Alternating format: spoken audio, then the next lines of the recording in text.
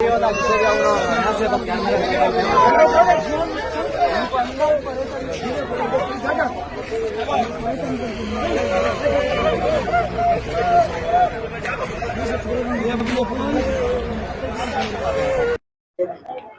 Commissioner ಅವರೇ ಅವ್ರೆ Siddaramaiah sir ಅವ್ರೆ ನಮ್ಗೆಲ್ಲರಿಂದ ನಾವು ದಯವಿಟ್ಟು ನಿಮ್ಗೆ ಸಹಾಯ ಮಾಡಕ್ಕೆ ನಿಮ್ಗೆ ಕೇಳ್ತಾ ಇದ್ದೀವಿ. ಯಾಕಂದ್ರೆ ನಿನ್ನೆ ಏನು ಕಲ್ಲು ಆಡಾಟ ಏನು ಆಗಿದ್ದು ಅದರಲ್ಲಿ ನಮ್ ಜನಗಳು ಅದೆಲ್ಲ ಮಾಡಿಲ್ಲ ಮೇಡಮ್.